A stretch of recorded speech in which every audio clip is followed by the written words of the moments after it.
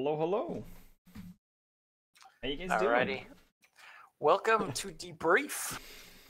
Here we are for another weekend here at the Debrief post APAC LAN finals. So, Post APAC. spoiler alert. Yeah, so if you have not watched those yet and you want to watch those before you get spoilers, make sure to just, I don't know, watch this later, I guess, after you watch those. But there will definitely be spoilers. Obviously, there's always spoilers of the week that we just covered, but that was obviously fresh from yesterday. So, we will be talking about that a bit. And I mean, those are the very first team that are confirmed going to LAN right now. It's a very good point. They actually finish confirming who's going to LAN a lot earlier than the other regions do. There's still two, while this week we're going to know NA and EU, I guess. And then it's just seeding or knowing who's the first and the second in NA. But yeah, one more week and we'll be set about who's going to LAN and who's not. I think we all pretty much know. Although I'd say LATAM is a little bit more of a surprise in that phase is where they are. Yeah, I mean, I think it's fair to assume it's going to be EG, Rogue, Penta, and my personal pick will be 1UP for this one. Yes. But I mean, I'd like to be surprised, I guess. Yeah, but yeah, LATAM would be a little more interesting to see who ends up going, and then also if it's if NIP is picking up someone that's going. For example, like I wonder if NIP is just waiting to see who's going, or they're picking someone up, because I know there was rumors about that. Them picking up someone in Latin America.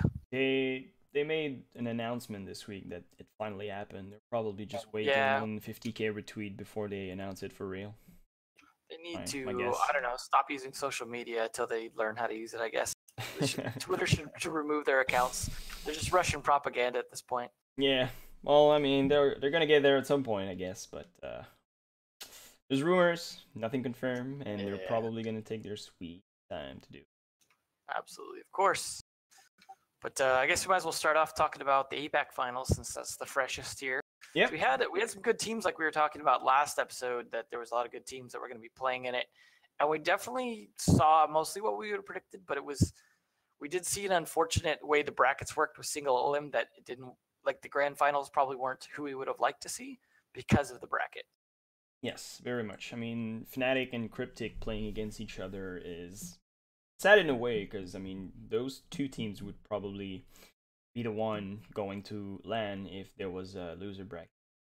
Yeah, that was the real finals, in my opinion, was that semifinals, because not only was that the only time Fnatic even lost a map, but it was a 5-0 against them on the map they lost. So Cryptic definitely had some strength, and I mean, only one of them could go, and so it's unfortunate. But we did get at least another Japanese team. So the ones that were mostly Ainz, which was Sengoku, unfortunately dropped out because they had to fight Fnatic first. So again, the bracket's kind of hurting them. But that was a 2-0. And then Norengo, though, definitely managed to work their way towards the end. And I think they played decently well, because ViewSonic Darksided wasn't terrible, and they did manage to beat them. And then, you know, in a 2-0 fashion to make it to the grand final. But then it was an easy 2-0 for Fnatic at that point. It was. Well, Fnatic definitely having a lot more experience than a lot of team in APAC Grand Region. Definitely showing up. I mean, they've gone to the Invitational, performed well, came back with a lot of experience, and well, they've gone twice, really. Yeah, well, yeah, you're right. First Cryptic only once. Yeah, Cryptic actually went on PC though, like originally. They did, yeah, on the first Invitational. I think they were. I don't know if it's the exact same roster. No, but it's definitely. They went under what was it called? Envy? Was it Envy? Yeah, it was Envy, right? At the time. Yeah. Yep. It was interesting. I mean, I would like to see them go back. I wish the brackets hadn't worked out the way they did, because I think it would have been fantastic to see them come back. But hopefully they stick around and keep at it, because I think they struggled a little bit, but I think they're doing well this time around. And at least, you know, they're going to get prize money, I imagine, and so it won't be terrible. But it would have been nicer to see them have their chance. But the upside is Japan can actually win money now. So Norengo going is not too bad for them. It's just unfortunate for Sengoku, the second chance around. Exactly. I mean, yeah, with that change the Japanese team have now, they can much money for such tournament. It's just great to see them going. I mean, it's a great occasion for them to grab experience, and they're probably going to be showing up a lot more in the upcoming season, since, you know, it's great experience to just go to LAN and actually play against NA, EU, and Brazil. Yeah. Oh, apparently, according to Alex, it's not the same NV roster on. It's not. I mean, there's Lunar Metal. I know. I know Lunar Metal for sure, but I don't know about the rest necessarily.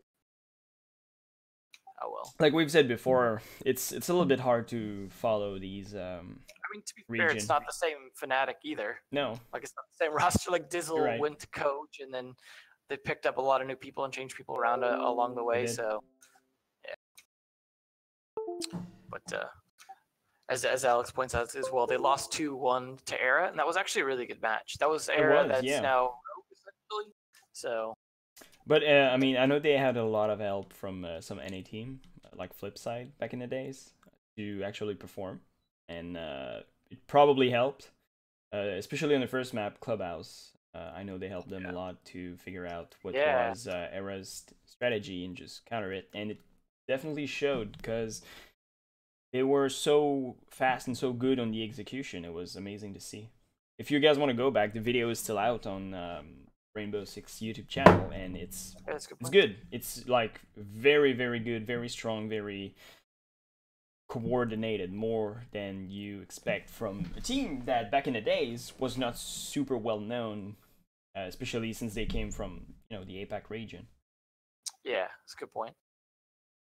But I'm glad to see Fnatic getting where they are, because they've kind of earned it in terms of really working hard and actually playing well off of their losses at LANs, like taking those, going back and just playing stronger. Like I mean, it sucks for the other teams there in a way, but they're helping boost the whole region by bringing good play. So like it's like they're taking play from the whole other regions that they play against at the LAN finals, the international ones, bringing those back to the region and then giving some good competition for the rest of the teams to learn from at those LANs. So all the teams that participated in this last LAN that just ended, hopefully if they're a good team, will gain from what Fnatic did, even if they didn't play directly against them.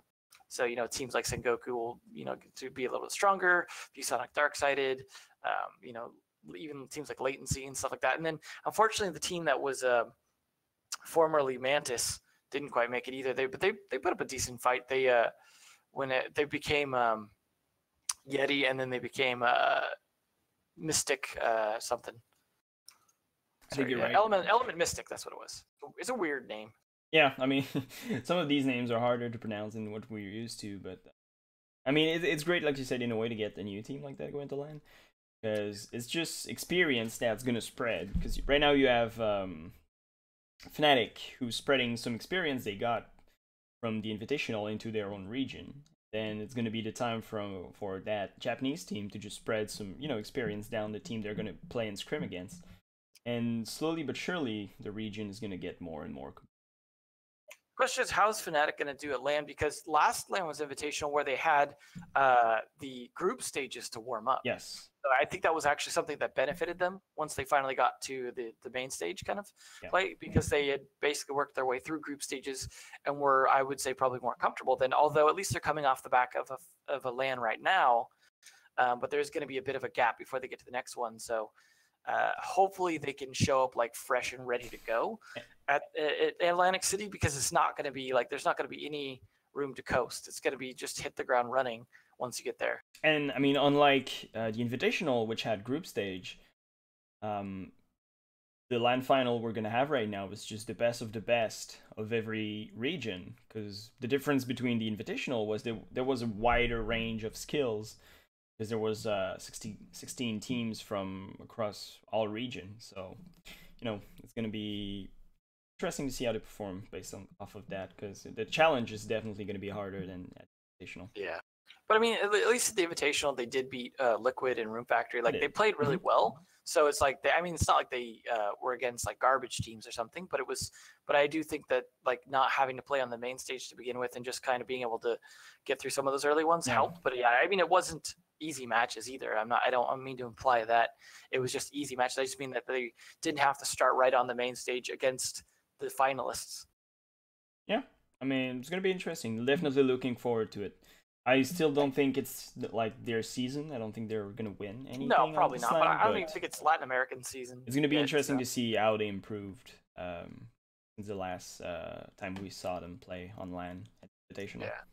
I mean, honestly, I feel like this might be North America season, But it's hard to say because like I feel like 1UP and Penta are always going to make it really, really hard for that to be the case. And I think it's going to come at somewhat down to the brackets in terms of who gets the easier or harder bracket, like filtering people out before the grand finals. So it's really hard to kind of be sure on that. I still feel like NA are going to be pretty strong because EG is still really strong, but and Rogue is much stronger now. But then, like 1UP is, took maps off of EG and played really well and are even stronger now. And then Penta are obviously not going to be slacking unless they play like they did it in Brazil. Yeah, I mean, I don't think we've seen Penta as strong as we are used to see them this season. I don't know what it is about. They started off pretty rocky. But, well, the second match was rocky. Yeah, but I mean, Penta is a team that definitely perform and shows up at LAN for sure, and they have like great like preparation to go into a LAN game, and I think still is a team to reckon with because Penta is scary, man. But hopefully, hopefully for the like general health of the scene, we're gonna see a new team go up and win. It would be amazing if it was 1UP. Like that would be good revenge for KS, especially. I know we like to joke about the whole revenge thing, but I think it is funny to like go to a team that was actually not doing very good, make a few roster changes along with bringing KS, and all of a sudden they're like top tier contenders. It's like that definitely made a difference for sure. Yeah, I'd like to see some switch up in the team that goes to the finals and just win LAN. I mean, it's been Penta for a while now. It's something fresh. Some new stories, some new, player to talk about and stuff like that. That would be great. Yeah, absolutely. But I may also get into the matches for this week. From starting with NA, I guess a lot of the matches this week, surprisingly, were rematches because of the way the losers bracket double elimination works. So both the NA ones were rematches, for example, and then one of the matches in the other two regions each were rematches. So it was interesting. Like in the rematches for NA, especially. Both ended in 2-1s. So it was interesting to see kind of the middle ground teams. Yeah. Really like kind of neck and neck, which is good because that means we don't have a super like top 4 heavy NA, although we do kind of have a top 2 heavy at the moment in a sense, but it just means like the top 6 are all pretty good as opposed to the bottom 2 at the moment, which are pretty much CLG and Ronin. But I don't know. I mean, so starting with SSG versus Obey though, like Obey is one that's kind of struggled still. Like I feel like they're still kind of bottom 3, but they at least put up a good start. And SSG, like kind of same as last time, took a while to warm up. Yeah, but I don't know about you, but that felt like both of these games were similar in a way that the winning team took like a map and a half just to get going and start winning and do actually somewhat well. Because, SSG just potatoed all the way up into the second map. Yeah. And same thing goes for SK. It was... Yeah. I don't know what happened there, but both of these teams look super weak, and then they just stepped it up and, just kind of warmed up, I guess, and just kind of won. But it's... Yeah, it was interesting, because those two games felt...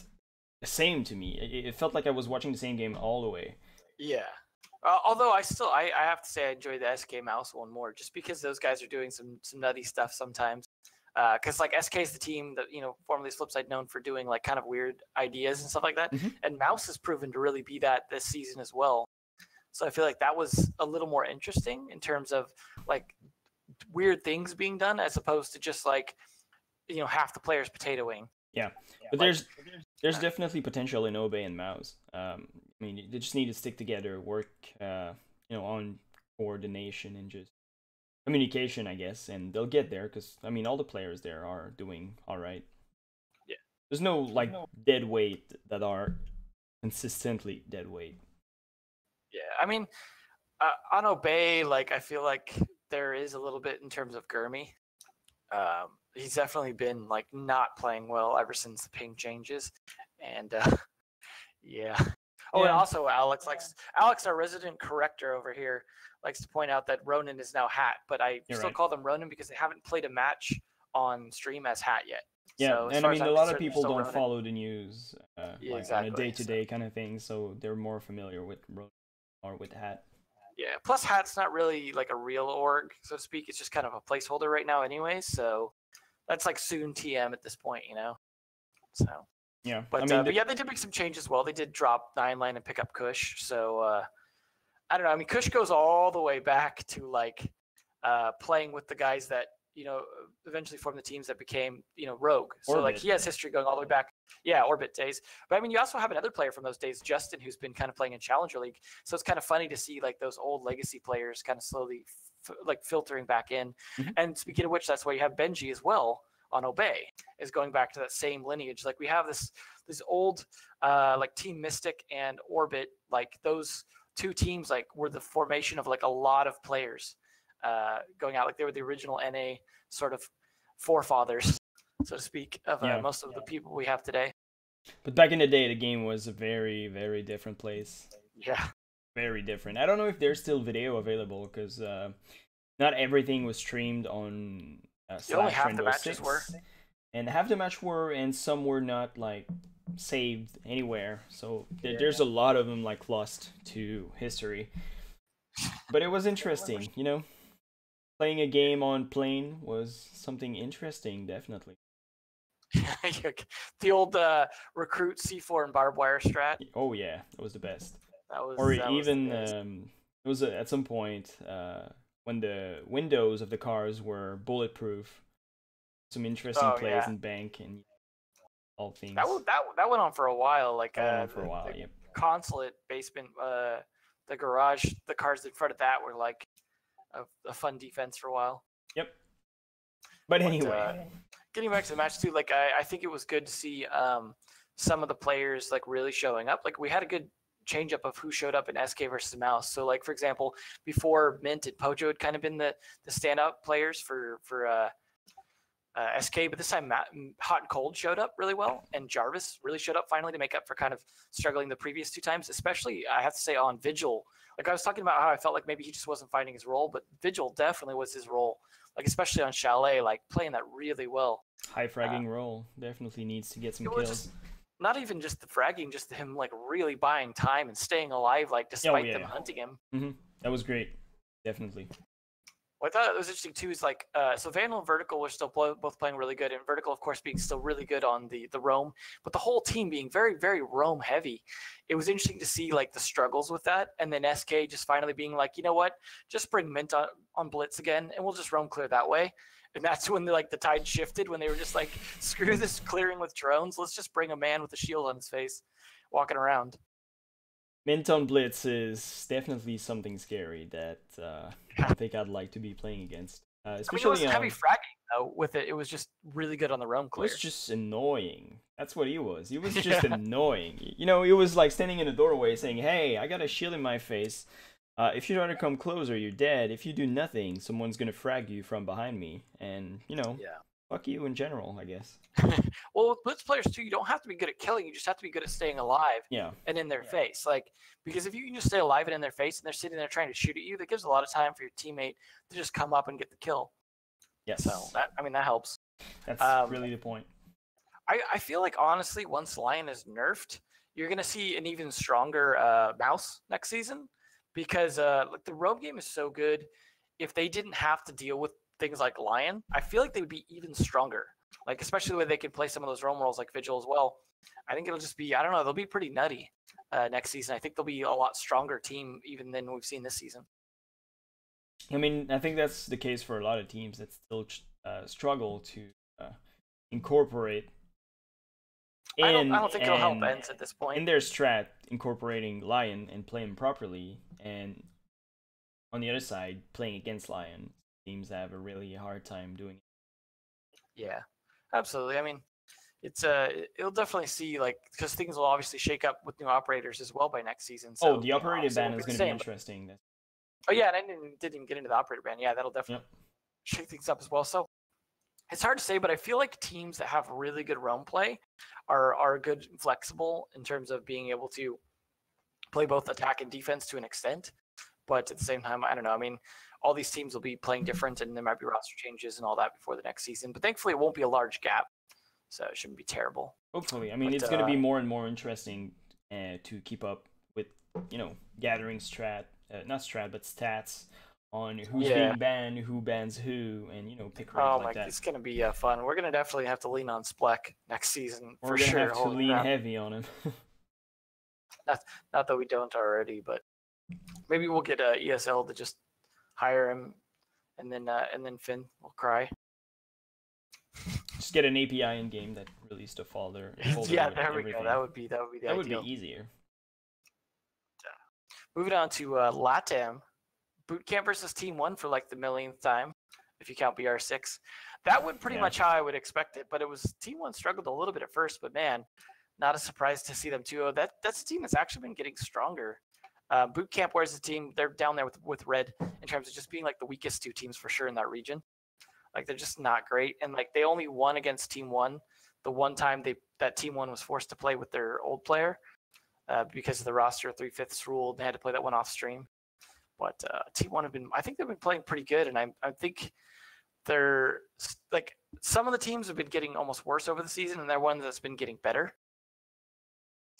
And this is one that got better. Yeah. And I mean, Liquid got better as well, I would say, because like Liquid FaZe definitely didn't go how I expected it. And so like FaZe are obviously still a good team because they just stomped BRK, no problem. But it was just like Liquid somehow just found like their weakness that match. And now, cost them down to the losers bracket. Yeah, I still don't think it's going to be Team 1 going to LAN. Oh, no. It would have to be. Like, who's going to be anyone from the losers bracket to be FaZe? Yeah. It's going to be, interesting to see, but I don't think there's going to be any big surprise here in the upcoming week. I think it was going to LAN and it was not. Yeah, I mean, we'll see, but I would like to see FaZe go back to LAN, but losing to Liquid, I think, really changed things up in terms of what we all expected.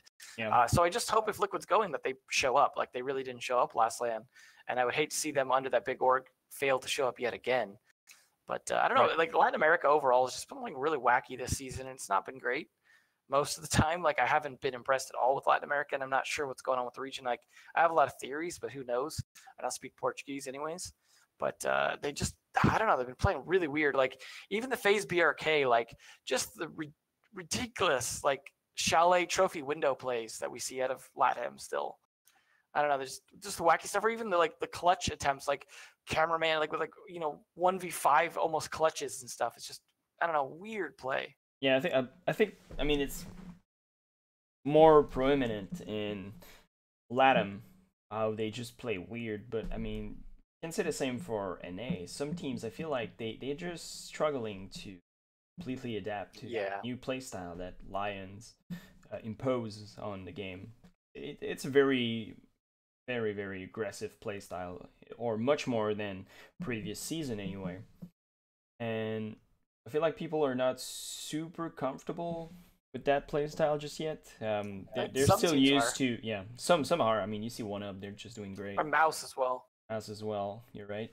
But like the majority of teams just are not. They don't feel as comfortable as they used to be on most map.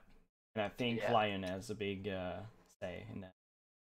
Yeah, it'll be interesting because once he's kind of nerfed, I hope things kind of shift in a new direction, and then we'll have two new, I would assume, defensive operators to kind of shake things up on that side. I'm personally not a big fan of the 2 attackers and then 2 defenders because that imbalances it a little too much versus the way we were doing before. I think was a lot better, but maybe after this next 2 defender release, they'll go back to the old style or not. I don't know. We'll see. Like it's been kind of wacky because we saw it flip way over to attack sided once they did the 2 attackers again this time. And I wonder, is it still super attacker sided? I mean, it's kind of odd because it's not like they went over to attacker sided. Right? Both the attackers. Well, it's still. I mean, it depends on the map for sure. Like we saw, for example, this week Bank went really attacker sided, which was strange because Bank has been one that's been a bit better for defenders. But teams have been adjusting because Bank has been played a lot. And then Border was decent this week. Consulate was like. They were really struggling on attack. Like defense was really doing well in Consulate, and that's been the second best. But that one and Bank have been the 2 best maps. So, but, and then still no Skyscraper. I think it's got to be a record to have a season where we get this deep in and completely ignore one map for all regions. I think it's the only map that hasn't been played, right? Yeah, I think it's the only map. It is. It's the only one that's never been played. I don't know why people are not playing this map at all.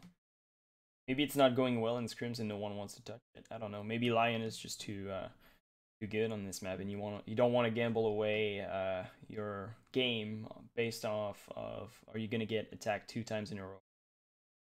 I don't know. This is just speculation, but it's kind of weird to not see a map like that. It was kind of played somewhat regularly before, like just not played at all right now, like at all. Yeah. Well, moving on to EU. Millennium versus Mocket. Mocket's, still not that great of a team, but it was interesting to see them be able to take at least one map off Millennium, who were just kind of like up and down. And I feel like, I don't know, Hicks unfortunately probably needs to be dropped. Like he's just not been doing well at all. It hasn't been working out so much. No, it's unfortunate because I think Hicks is a good player, but maybe just not fitting in on that team or whatever. But I don't know. He's just been not doing so great. Yeah. Oh, it's good to see you, Sarah. What's up, you, Sarah? We gave some shout outs to Cryptic earlier. Oh. So unfortunate. I really would love to see you guys coming to Atlantic City, and I hate the way the brackets worked out. Rebracket. But we'll get him next time. Yeah, you guys stick around, please. See you guys next time. If you stick around, you're gonna make it. Sure. For sure. You get bracket fucked 2 times in a row with another. I'm sure they won't be any, hopefully they'll change the single format. elim. Yeah, it's not gonna be single elimination again. Please do double elim next time. Yeah. It can't. Well, at least there's a 6-month season for, I think, right? Because the APAC's gonna be 6-month season as well. So then at least they'll have plenty of time to be playing. So yeah, I mean, you got your spot reserved, so you're good. I hope Cryptic as an org pays okay, like so that you guys can do well throughout that as well. Plus, there's some prize money I hope from Sydney. Hopefully. But coming back to Millennium, yeah. Panic's really not doing so good. Like he'd been kind of carrying the team a little bit before, but man, him doing really bad did not bode well for them. But this game, yeah. I mean, I don't know if it's. I would have assumed Millennium would have done better than they did, especially considering they went to the Gamers Assembly Final against Vitality. But I don't know if it's Mocket just showing up big time compared to what we're used to. Millennium felt weak to me. I don't know. Yeah, I don't know. It's all about Renshiro. Like he's really like the strong player on that team for sure. Like especially on BB, like Blackbeard, he's a really strong Blackbeard main. Like, and I think he's part of the reason that the win rate for Blackbeard was especially high this week, is because of players like him that do really well with it, which I thought was weird. Like I looked at I was looking at the win rates for the different operators, and Blackbeard's the least picked attack operator of all the ones above 6%. Yet he has the highest win rate. Now, I know that's because he has a small sample size because he's the least picked, but I think it's still interesting to see that when Blackbeard is finally picked, it generally works out fairly well for the team. So it's like you pick him if you're really good with him, otherwise don't bother, right? It's like one of those kind of operators. Yeah. So with people like Renshiro, I think that works out really well. And considering, there's a simple error in there, fine, but he's the operator with the highest win rate. Yeah, of all the operators. The closest is Jackal with like 50. Yeah, and that's been interesting too. Like, I mean, I don't know if that's always really due to like Jackal's utility or stuff like that, or the fact that he's just really assisting his team in the kills. Like, because maybe it's not his, maybe he's not top fragging or anything, but maybe he's doing enough in terms of roam pinches for the team that is contributing to overall wins of that round. And I think probably still, despite Lion getting the nerf, I think next season we'll see Jackal play quite a bit as well. Jackal, yeah. I mean, I think people are playing more and more Jackal. That's he's having a higher pick rate than he used to, especially when the first time we really saw Jackal being played more consistently anyway was, I don't know if it's a season or 2 ago, when SK or Flipside back in the days started to play Jackal on bank almost that was quite a few every round. Ago. Yeah, I think that was like going back to like middle of last year or earlier. I think so. Like when banks started coming in. That was the very first time we've seen Jackal played somewhat consistently, and ever since then, the pick rate has grown. Yeah, Bank was kind of his map to shine, and then since then, people like Canadian seems to really push Jackal, although maybe not as much anymore. But he definitely did an invitational, for example, like really push Jackal. Like, I mean, I don't know. He's always big on hunting people down with pulse, so maybe he just figured I'll do that as an attacker as well. I don't know. But there are certain people that want to push him, which is good. see. Like even like we saw a lot of Jackal from Jarvis as well, for example, this last week. So and then we saw it from the other side as well. From Mouse. I can't remember who on Mouse was playing Jackal though. I can't either. I usually don't pay attention to the name. I just look at the operator roster. I just thought it was funny because, like, you know, the Jackal's trying to hunt down the Vigil, and so Jarvis is playing both his role and his counter. Yeah. But Digital Chaos versus Vitality was interesting. Yeah, that game was interesting. Just that was Vitality a rematch as well. Stomping. Yeah. Well, it was funny because it was actually pretty close last time. Like when it was DC versus Vitality the first time. I think it was a 2-1. But like that was both teams just throwing so hard. Yeah, it was a 2-1, and both teams were just making a series of total mistakes. And it wasn't like, you know, like necessarily playing bad, like as in like just potatoing. It was more just like doing like things that just didn't make a lot of sense, or just getting maybe too tilted or whatever it was. But like Vitality having kind of really got their core down, winning Gamers Assembly, and like really just, I don't know, like they have kind of found their mojo for the season. I think it was an easy 2-0 for them for the most part. And Digital Chaos like have been very up and down and kind of struggling. They're sort of a new team in the sense that like they have 2 new players, but I think it's funny that the 3 core players were actually did the worst this time. Like the 2 pickups, Redgroove and Crips, were actually doing better than the other 3. So it was kind of funny that I don't know, maybe those core 3, like Secretly was actually doing just a lot worse than usual, unfortunately for him, because he's actually definitely one of the best players on that team. So it's just like an off day for him, and I think that was part of what cost them the day. It was not as weak for sure. I mean, 5-2 win from Vitality against DC, and just DC being completely shut down. It was I mean, compared to the first game, Vitality was definitely having an off game. The first time they fought each other. This time Vitality was there, and DC was not. I mean, the amount of mistakes they made. I mean, for Vitality to win Tower and Kitchen as easy as it was, it's just DC completely disorganized. Yeah, I mean, we got to give a lot of credit to players like Brid, though, who usually aren't showing up at the top like they are, but Brid was just kicking butt. Like, Bibu usually is, like, you know, having to do a lot of the work for the team sometimes, and Spark has been a very solid player as well, but Brid really showed up that day, and I think that helped make it such a convincing 2-0 as well, like, that it wasn't all on Bibu and Spark. I mean, Rafael and Zephyr have been kind of a little up and down, but I got to give a lot of credit to Brid for sure. I mean, there's not much else to say on this game. It was outside of the tower kitchen defenses, of course. Clear domination from Vitality, and yes, the tower. I mean, we call it a tower defense, but it was mostly kids and dorms defense, because all the actions happened there, and every attacking operator, they pretty much nearly all died from there, if I recall correctly. Yeah, I think it would be interesting to see if that gets tried again from some other teams. It's kind of probably not at LAN finals. I can't imagine, unless they want to just keep that as a pocket strat. But I liked the idea of let's defend. I mean, because Vitality is a team, like actually our team that have always played kind of a somewhat retake strategy. A lot of times, like for example, I remember when we were first really focusing on retake strategies from teams. One of the maps we were doing was Vitality playing on, back when they were Supremacy, playing on dorms. On Oregon. Like they were one of the ones that would play a very retake heavy strategy for that site. So it's not too big of a surprise, I guess, to see them play dorms for a sort of retake strategy of tower in the sense of playing very off-site. And so I think as a team, they're strong on that already, but I would like to see other teams really think more about some of these sites in terms of off-site play. Because even like, for example, the kitchen defense that they did, obviously they're not sitting there playing and dining the whole time. No. They're playing outside of that sort of stuff. And I think as a team from playing from outside, they're very good at that. And other teams that are good at that maybe should start looking at sites that can be played a little off-site more. Like, I don't know, maybe there is a strategy, for example, for Master Bedroom on Chalet, if you're playing it very off-site for retake. That one could be a little riskier, but there are ways to play if you can stay secure, for example, library, and play from the West Main Stairs well and stuff like that. I don't know. I feel like maybe some of this stuff could be the tip of some possibilities that we're just not seeing yet, and maybe new defensive operators will change that. Definitely. I mean,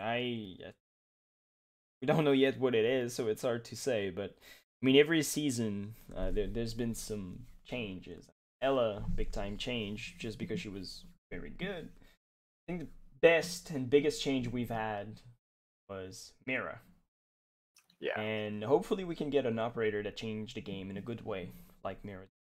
I think that's, I mean, it's always a big ask to hope that like one operator is going to change it that much. Like, I mean, I guess Lion did this season, but yeah, we'll get change in a good way. Correction. Yeah. I mean, we'll see. Who knows what lies in store for next season's operators, but one could hope that at least helps even things out in terms of the way things are right now, balances it so we get more back to that sort of 50-50. But if you haven't watched it, go watch Tower Vitality, their defense. Yeah. It's the last two defensive round, right? Yeah, of the match. So if you can kind of skip towards the end, towards the last few rounds, definitely worth your time. And yeah, I mean, I won't say more because I don't want to spoil it. It's good. Yeah, it was good though. Yeah, for sure. But yeah, I don't know. We had some interesting matches. I think it was interesting. So I was taking a look at the maps for APAC, the APAC finals, right? And one thing I thought was interesting was they played a lot of consulate. So they had 5 consulate plays just across the 2 days. And then 3 Chalet, Oregon, and Border, 2 Clubhouse, but then Bank Cafe were just once, which was surprising because those have been really well played in Pro League. And then no Coastline at all. And no Skyscraper. No Skyscraper either. No, that was my question. Yeah, definitely no Skyscraper. No one wants to play that this season, apparently. Right. But I thought it was funny that was no Coastline at all, and then Consulate was just really well played. Like, which I mean, it's not a bad thing because it's good because Consulate is probably going to be. It's been played a lot by the other regions, and it's very likely then to be played in Atlantic City. So it means they'll be a little more prepared for that. But the lack of playing Bank Cafe makes me worry about those 2 teams going into Atlantic City in terms of all the other regions have been playing a lot of Bank and Cafe. So they're going to be a bit more prepared. And I think, obviously, if you're those other regions and you're going to be matched up against APAC, you start thinking about, well, they obviously didn't want to play those maps for a reason. Those are some weaknesses we could take advantage of. Same with Clubhouse. So I don't know. Obviously, there's individual plays you can look at and things like that. But just overall as a trend for over the 2 days, I think it's interesting, like footnote. Yeah. I mean, I'm still surprised we haven't seen across all region no game on Skyscraper. And it's not like it's like people hate it. It was played at the very first invitational, even like it's been played for a while. Like, I mean, at some point it was the map that people were relying on for their 3rd map. I'm honestly surprised. 2 seasons ago. Yeah. I'm surprised to not see SK or Mouse on it. So, like, because SK back on their flip side, we're actually really strong on Skyscraper. And I feel like, if I remember correctly, Mouse, when they were Bird, even like had a pretty good Skyscraper. I would have liked to see SK Mouse Skyscraper for sure, especially with the roam game that Mouse has right now. I think that would be a really good match. I would have loved to see that, but who knows? Maybe down the line. But definitely not this season. It seems like, I mean, we still have play days left. Still could happen, but man, if we go the whole season without a single Skyscraper, that will be super weird. Considering Clubhouse is the map getting the rework, yet we're still seeing plenty of that. Yeah, it's coming. It's coming. One can hope that would be amazing. If it would be kind of, I guess, a dick move, but it would be amazing to see new Clubhouse debut at Atlantic City finals. Like, just bring it out and just be like, if you want to play Clubhouse, you're playing new Clubhouse. Get ready. Like, now but like, give them a little bit of time. Like, release it like right at the end, like before relegations, to give them time to like develop strats on it. But like, debut the strats at the actual event. That would be super cool. Now they need to make a show match between pro players who are done playing maybe on this map. That's what needs to happen. I'm going to suggest that. If there's going to be a show match, I'm going to make that suggestion to some of the UB people, because I think that would be really cool. Because I know a lot of people are like wondering how it's going to play out, like myself included. And I would love to see like teams maybe even have to figure it out somewhat on the fly and really help inspire the next season if it'll be ready for that. So yeah, that'd be a really cool idea. I'm definitely down for that. Although I think that's the best thing they can do. Chances are, if there's a show match, that would probably be on whatever the Italian map is. Yeah, you're probably right, but yeah, you're probably right. I don't think there's even been any leaks or rumors about the Italian maps. People like there were supposed leaks or rumors about the operators, but none about the map yet. Like, I think don't they usually do Easter eggs now? Like, hasn't someone played detective enough to figure out where it's gonna be? I can't say I watch leaks all that much. I don't ever go to the main Reddit either, so I don't know. It's probably there if it is there. I just probably there. Yeah. Like to wade through that swamp. It's usually people overreacting to what they don't really understand, and it's just a very vague this entire definition. Season's meta. Yeah. Got him. Yeah. But damn. Yeah, I don't know. We'll see. It's been interesting to see the op picks kind of develop over time as well. Like, I mean, Lion's still sitting comfortably at 100%. Yeah. Cannot wait till that guy is like. It was so nice to see like when they pretty much got rid of Ella. Like, good riddance to that. And now we need to see the same for Lion. Blackbeard is sitting good where he's at. Like Montaigne's even kind of sitting at a decent place. Blitz is but like even Ying Glass has been fairly balanced. Like this season, like I haven't seen too many people abusing that. Like it's really not been like this thing people are super scared of. And it's like, honestly, I think the win rate with Lion shows that like Lion is far from a guaranteed win. I mean, obviously he's picked almost every round, so the win rate's going to be a little funky. But if attackers are winning a lot of the time and his win rate's below 50%, that just goes to show that he's definitely a little bit of a crutch for some team. Like obviously like teams like Ents that just aren't exploiting him as well. But I think overall he's still too much of a crutch for teams. And it's good to see teams like Rogue willing to forego Lion because they're good as a team and don't need those crutches. That was a point I wanted to talk about. Next week, it's going to be interesting to see how Rogue is going to do. If they're going to keep up with their, not using Lion strategy. Well, they still brought it out sometimes, but it always was like when they felt like they need to. Like I talked to Easily a little about it as well too. And it's just like they didn't feel like they needed to. Like if it wasn't part of their strat, like what they didn't force it out. And obviously they have people like Ranger that will help with that in terms of like pushing what he thinks is the right thing to do, regardless of what the current dumb meta is. Yeah, Officially, Finn's saying the win rate machine might be broken and that it's actually 51%. So it doesn't change all that much. You made the infographic, Finn. So you're bad dog. You're bad dog. but I don't know. We'll see. Like you can't go off of the stats too much in terms of that. It's still an evolving meta and like things vary and stuff.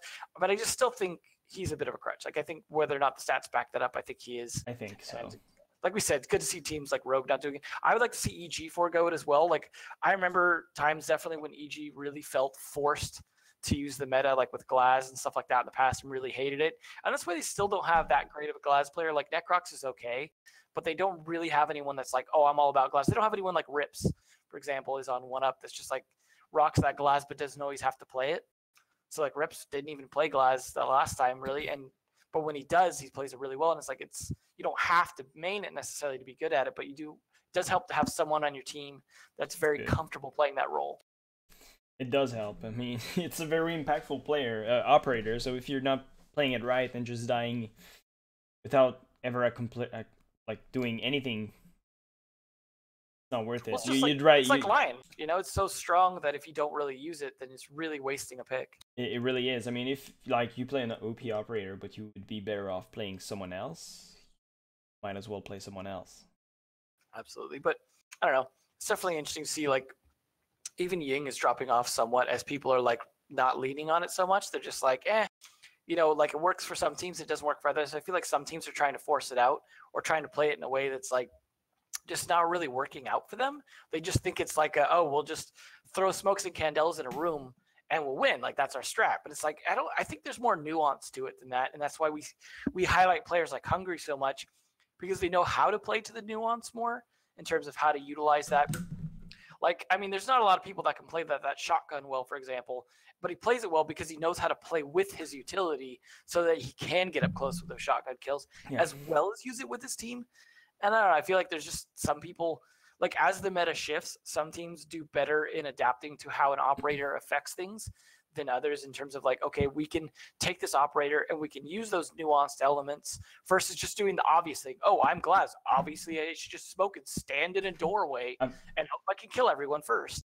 That's a problem I feel like a lot of teams have, is they have this general idea of how you should play one operator, but it's general to the point where it's just, throw your smokes around there, around the time we're going to be at this point in the map. And it needs to be more precise than that if you really want to have like good coordination. It needs to be pinpoint exact moment when your teammates are ready and the push is like called, go. And a lot of time it's not a case. I mean, even sometimes you see some teams who, you know, they have the diffuser, they say go plant, but they don't know where they want to plant the bomb. So they plant it in a spot where they don't have a good angle and it's hard to defend, and just to, you know, keep an eye on it without being too exposed from the defensive team. I feel like, you know, the exact spot where the diffuser needs to be planted needs to be something defined even before the game starts. Yeah, I feel like, I mean, that's hard to do, because planning attack strats can be a lot more difficult than playing defense strats, because defense strats, you get to execute the basic part of them during a part of the round when you're uncontested. Like, it's prep phase. Like, as long as you can execute it fast enough and make sure the shock drone doesn't screw you over, you're pretty much uncontested in that setup. Like, you can do it, and there's very little the attackers can do about it. Whereas obviously everything the attackers do, including droning, can be contested by the defenders during the prep phase.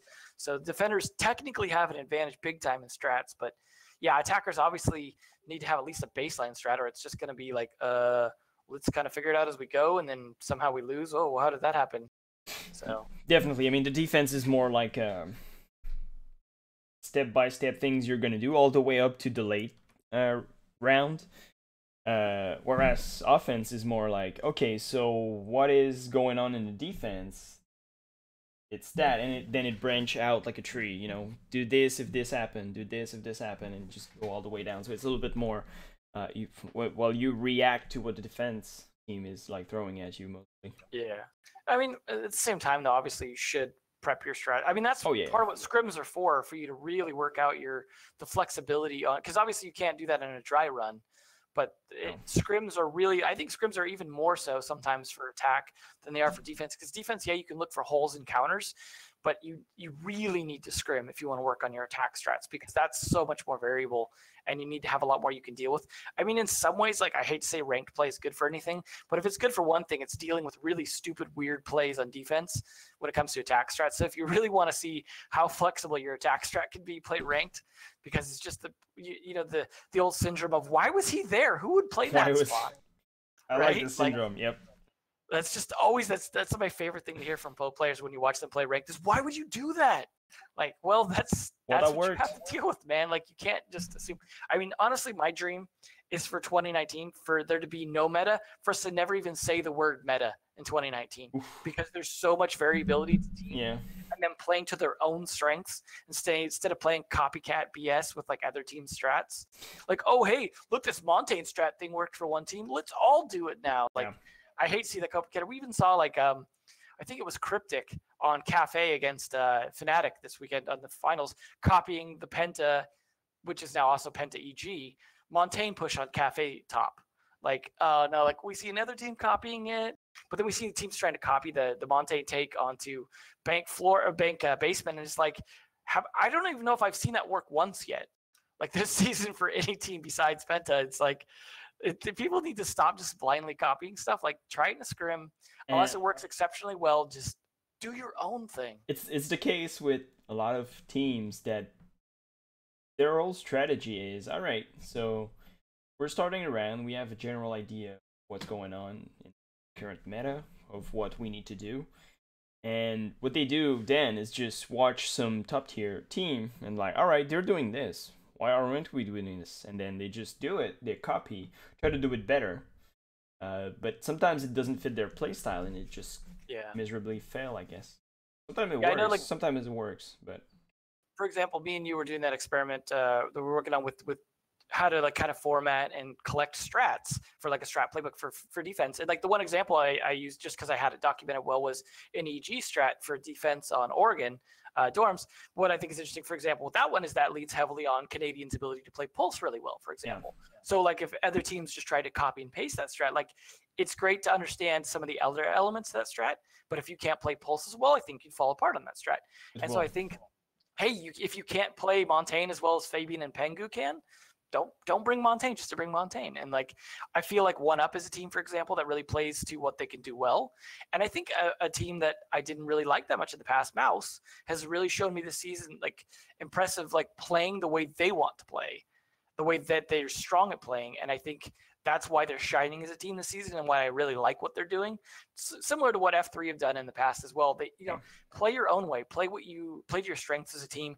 And I think sometimes a good coach can really bring that out to say, like, this is what you guys are good at. Like, it doesn't necessarily have to be an analyst coach, but just like even a coach that just looks at the strengths, looks at like when people do well versus when people don't. Like we've talked in the past in these podcasts about like, hey, when someone just seems to be on the wrong role, like, and you see how much they struggle on it. Like, a good coach should be there to say, like, this is how you guys should be playing. Figure out, the strats around that if the coach isn't the strat maker.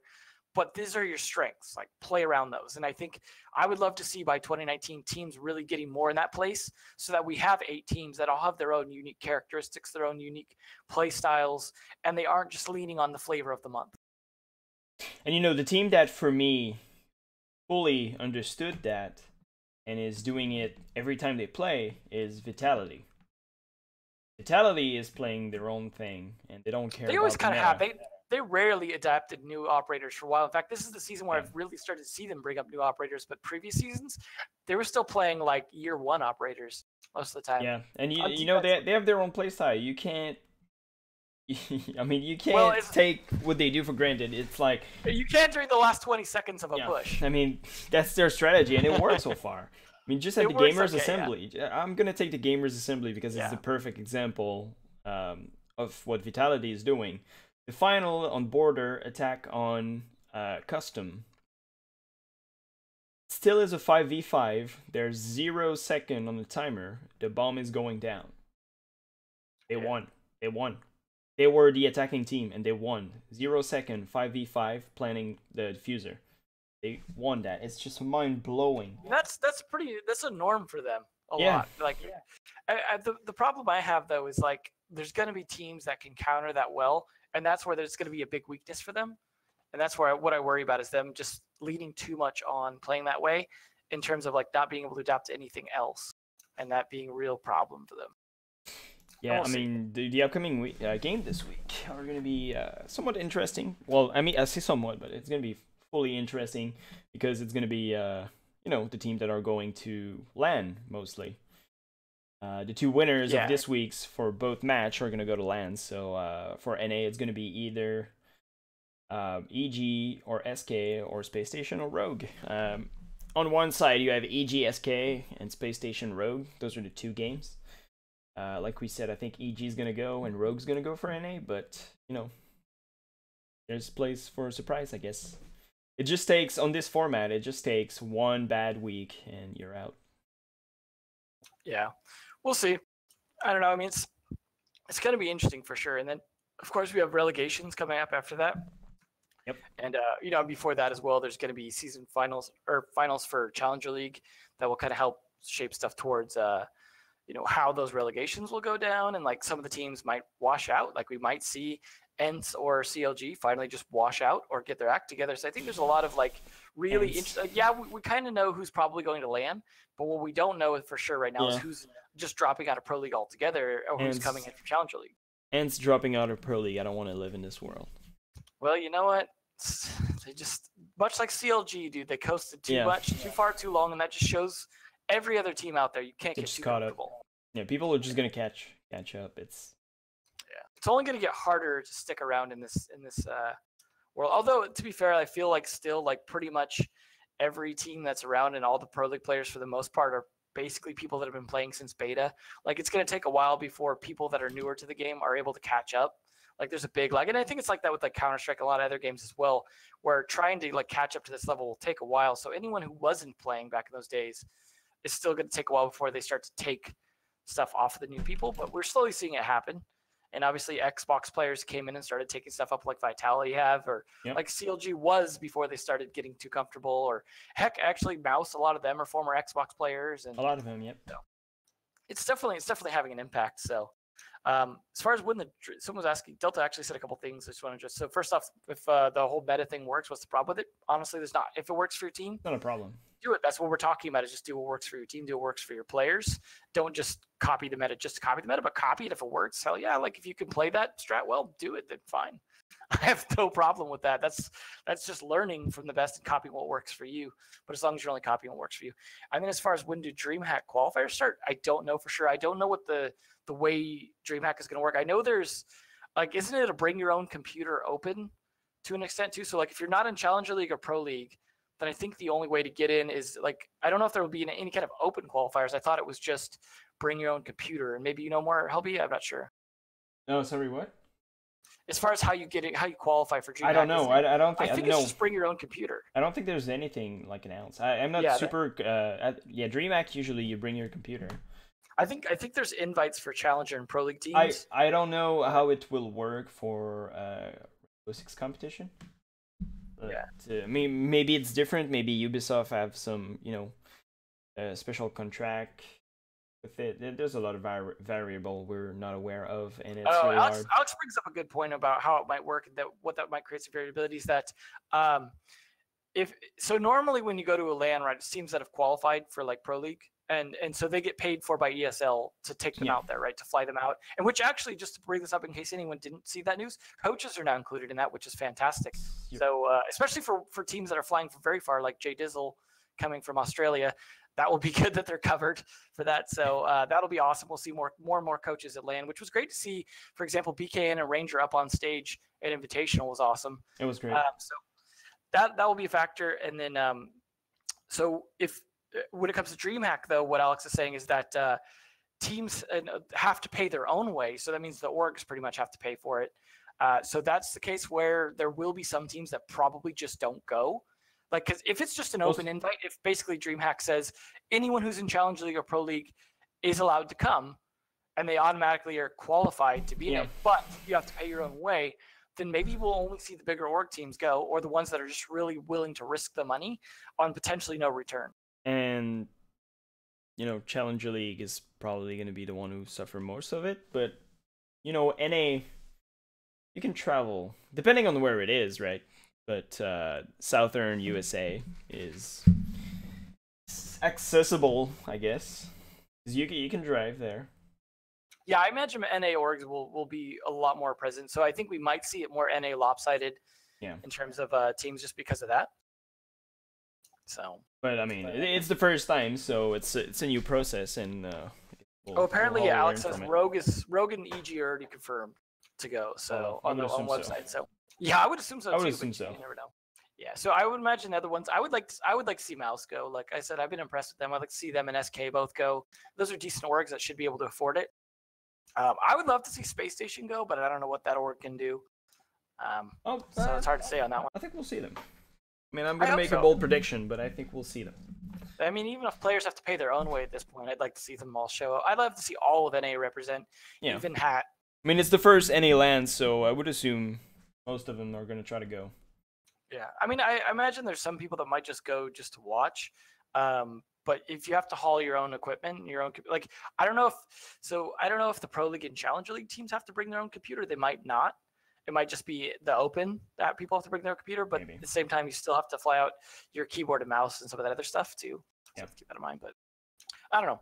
We'll see. Hopefully, more details are available somewhere at some point if they're not already, and I just don't know where they're at. Maybe we can get Finn or someone else to do a nice big post on the subreddit at some point, like summarizing how the whole DreamHack system works for this, because I've never been to a DreamHack. I don't know super well how it works. It's technically the first NA LAN Delta in terms of like proper America, like not Canada, not Mexico. Yeah. And in terms of PC only, because we did have 2 Xbox LANs that were in America. We had PAX, which was season 1 for PAX Boston for the Xbox season 1 finals, and then season 2 finals were in Burbank, LA area, but Burbank didn't really have an audience, and PAX obviously had their PAX audience, but that wasn't really the same thing. And yes, I will be at Austin DreamHack. So I think I mean, nothing's 100% confirmed, but I think we'll all be there. So gonna be great. And I mean, a lot of people are like, first NA LAN. No, there was the Invitational, but the Invitational is not really accessible to anyone. Yes, they say there's an open quals, but we all know it's going to be a Pro League team that's just better than everyone.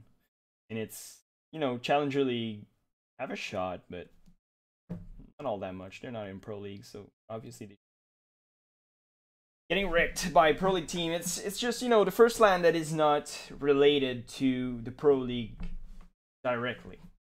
Yeah. And obviously we did have like invitationals that wasn't related directly, but it was an NA LAN, so we can't always forget invitationals because we've had 2 of those in NA. It is weird to think of Canada as part of NA, but it definitely is, as Helbee knows. I only say that for Helbee's benefit. I don't really care about Canada. Just kidding. Canada's great. You're fired. There's not a lot going on there. Fired. Yeah, there's a lot of snow. But, pretty much what's but going no, on. it's cool to have 2 NA LANs. Not only the first big NA LAN for this like this, but it's 2 in a row. Like Atlantic City and then DreamHack. It's like it's crazy. Like I hope a lot of people can like that are flying from abroad can just stay in North America long enough to just go to both, because they're like 2 weeks apart. Like if you can manage that, that's you're really right. cool. You're right. 2 weeks apart. That's gonna be. I mean, it's just great to have more competition. Just more, please. Well, what will actually be really cool is, in theory, then what can happen for a lot of the foreign teams is since the Pro League finals happen first, right? What in theory is a lot of when ESL flies the teams out, if the teams can just set their return date to be after, well, then I guess it's tricky. They'd have to have different return to airport too, but like you know, because if they could stay and you know, just stay around and then just have the orgs, all they have to pay for then is just traveling to Austin. And if that's all they have to pay for as part of that, from just Atlantic City to Austin, that should be terribly expensive. And maybe we'll see a lot more foreign teams at DreamHack just because those 2 are so close together. Yeah. I mean, it's going to be the first time we've had, like I said, DreamHack. Interesting to see how it goes, how it's going to be played out. Who's going to go there and who's going to... I mean, I think it's fair to assume we're going to see Penta. Penta's going to be there for sure. Yeah, oh yeah. And Penta are the kind of team, too, that will come in a week early in boot camp. And I think there's a good chance they'll do that. EG will probably also be boot camping first. They'll stay, you know, in between the 2, just boot camp still. Yeah, so I imagine a lot of people will be flying out early. Obviously, pay attention to their Twitters, and you'll probably find out if they're flying out early or not, and get an idea which teams are boot camping. And of course, that's always a good sign of which team might be going all the way, because they're investing in a week-long boot camp before it. They're going to be good. But that also means there's 2 chances for a lot of these teams to win a LAN, you know, within that 2-week span, which is cool. So let's say you lose, you know, Atlantic City, but you've got like you could take those 2 weeks, you could boot camp after as well, learn from what happened during that, and then 2 weeks later be able to do another LAN event and have a second chance. I think I don't know, there's a lot of really cool perks and opportunities with the way these 2 LANs are working out somewhat back to back, and I think it's really nice. I mean, just in general, I think we can say this year 3 of Rainbow Six nutty. Gonna be one of the like most thrilling year to follow. This is big time the turning point for sure for this game. Yeah, as if it wasn't already, but January like was the turning point for this game. Like when it hit 2018, this game was like on the freaking map at this point. But anyways, I think that about wraps this up for this debrief episode. Thanks for people who actually tune in live, which is nice to see some good people showing up in the chat, not actually being broken this time, which is It was great. That's about it for the week. I mean, the next week is going to be interesting. Like we said, we're going to know the teams that are going to be confirmed going to LAN, the teams that are going to go back home for what's left of the season. And, you know, I think in general, a more interesting week that is coming our way than the previous one we've had, just in general. Prediction for these weeks, I think we went over it a little bit earlier, but on a final note, I'll go with mine for NA, EG, Rogue. I think same for mzo. Yeah, I think that's pretty easy for NA, like NA or EG Rogue. Yeah, that's easy. Easy for LATAM too. FaZe and Liquid. I think that's. Yeah, I would think so. Yeah, I mean. I think that's it. Black Dragons Dragons aren't bad though. Like unless if FaZe have fallen off, then Black Dragons have a chance. But yeah, it's probably FaZe Liquid. We'll see. And then for EU, I think, I'm gonna go Penta versus Vitality, but I'm gonna go Penta 1-up, but hopefully Vitality can, you know, shake things up in EU. Yeah, I think I think it's very likely to be Penta 1-up, but I would love to see Vitality at least take a map off Penta. You know, the way that they lost a map earlier in the plays against Millennium.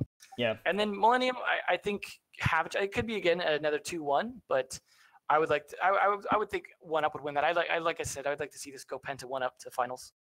Yeah, That's exactly what I want to. And I mean, for APAC, I'm gonna make a bold prediction, but I think it's gonna be Fnatic and Nora Rengo. We'll see. We'll see. Oh God. All right.